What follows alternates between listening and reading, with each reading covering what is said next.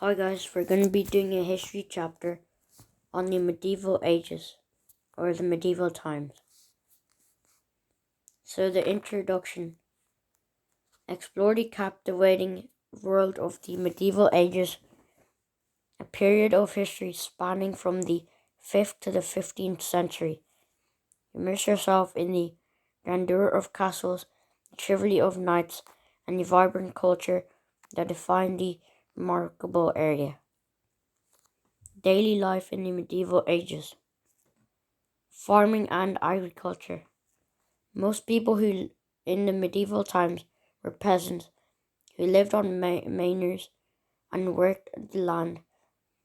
Crops and livestock were the backbone of the rural economy. Castles and manors.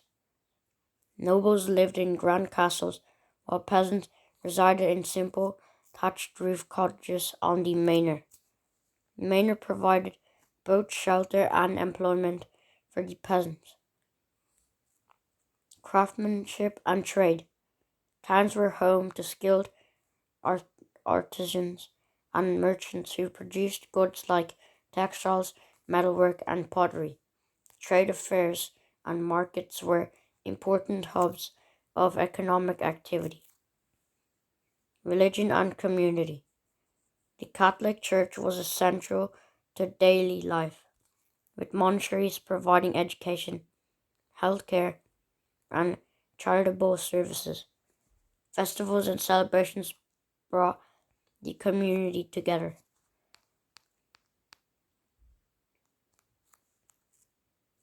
Castles. Castles were the fortified homes of medieval lords and nobles. These grand structures were built for defense with thick stone walls, towers, and moats to protect against invaders. Castles also served as administrative centers, housing the lord's household and staff. The design of castles evolved over time, from simple moat and bailey structures to more complex concentric castles, multiple walls and towers. Castles were symbols of power and prestige, showcasing the wealth and influence of their owners. The role of the church. Religious influence. The church held immense power and influence during the Middle Ages, shaping the spiritual, moral, and social fabric of European society.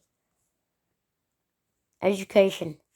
The church maintained a monopoly on education, operating monasteries and cathedral schools that taught theology, philosophy, and the liberal arts. Charitable works. The church provided essential social services, operating hospitals, orphanages, and almshouses to care for the poor, sick, and disadvantaged. Becoming a knight. There are three stages: a page, a squire, and the knight, obviously. So, first, the page. Serving as a page, learning skills like horsemanship and swordsmanship.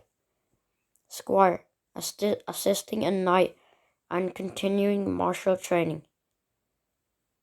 And the knight, official dubbed a king after years of service and proving one's valor.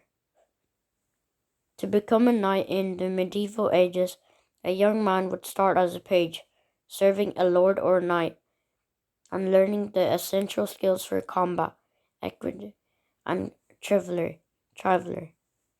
After many years of training and proving themselves, they would advance to the role of squire, directly assisting a knight. Finally, after demonstrating their courage and honor, they'd be dubbed a knight, a ceremony that conferred the highest military rank and social status.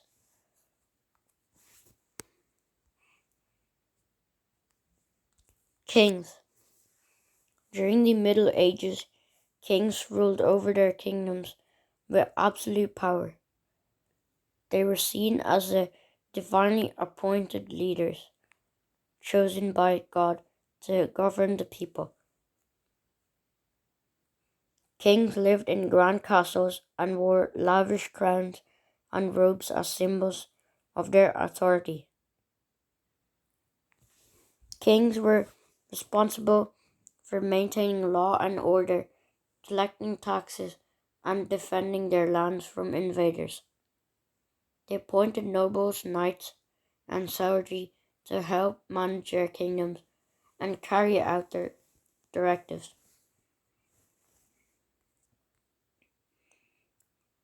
The legacy of medieval times. Architecture marvels. The grand cathedrals, ornate castles, and intricate fortifications built during the medieval ages continue to captivate and inspire people worldwide, showcasing the ingenuity and craftsmanship of medieval builders. Cultural traditions. Many customs and traditions from the Middle Ages, such as travelling, heraldry, and pageantry of royal courts, have endured and influenced modern culture and society. Technological advancements.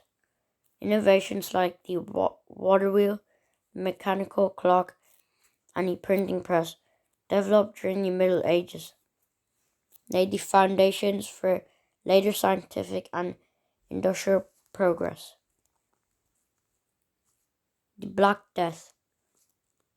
Plague doctors dressed in distinctive long robes and beaked masks were a common sight during the Black Death pandemic, attempting to treat and contain the deadly disease. Mass graves.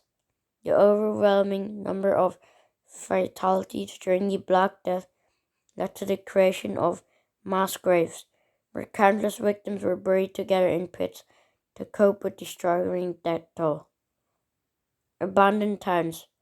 Many towns and villages were left eerily deserted as the Black Death swept through Europe, with the surviving residents fleeing in fear of the devastating plague.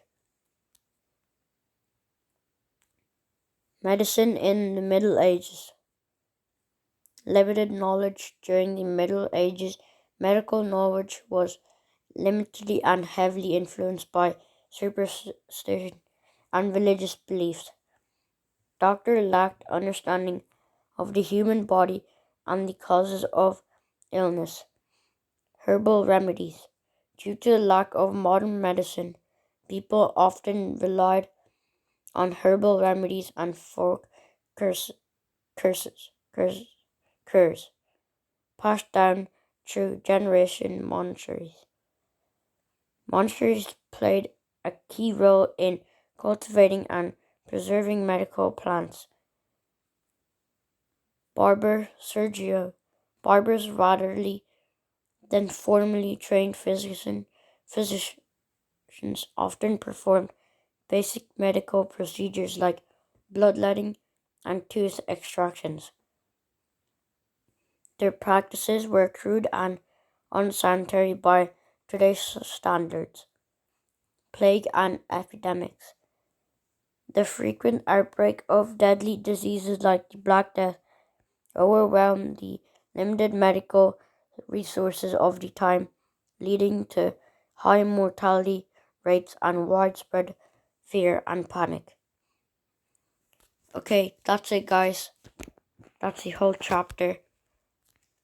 Thank you for watching. Make sure to like and subscribe. See you later. Bye.